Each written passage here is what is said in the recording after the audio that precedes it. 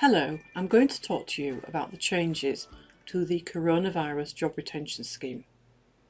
Currently, employers are able to claim up to 80% of furloughed employees' wages to a maximum of £2,500 per month. The government also refunds employer national insurance contributions and auto-enrolment pension contributions. The announcement on the 26th of May will enable businesses to bring back furloughed employees part-time from the 1st of July for any amount of time and any shift pattern. Employers will be able to agree the working arrangements with the employees and will be required to make sure that they pay them in full for any hours that they work. The government will continue with the scheme for June and July, paying the 80% up to a maximum of £2,500.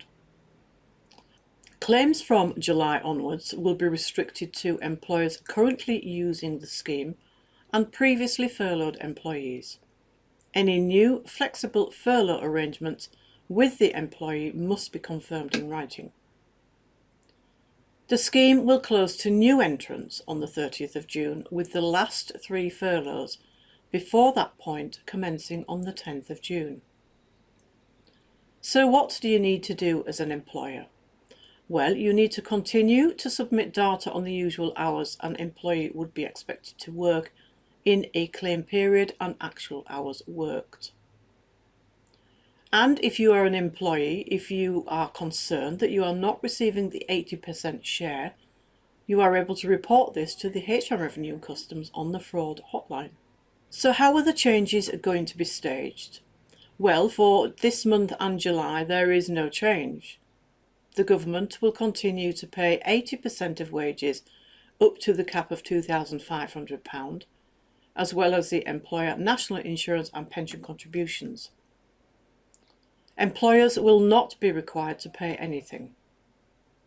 It should, however, be noted that from the 1st of July, claims under the scheme can no longer straddle different calendar months. From July onwards, employees can start to return to work part-time.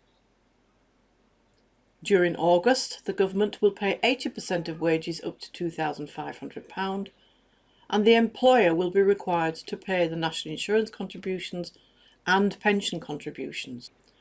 For September, the government will pay 70% of wages up to £2,190, the national insurance, pension and contributions, and 10% of wages will be required to be paid by the employer to make up the 80%. Finally, for October, the government will pay 60% of wages up to a maximum of £1,875, and employers will need to pay the national insurance contributions and pension contributions and an additional 20% of wages to make up to 80% total. The scheme will close at the end of October on the 31st.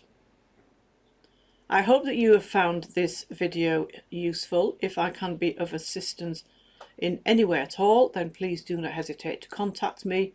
My details will appear at the end of this video.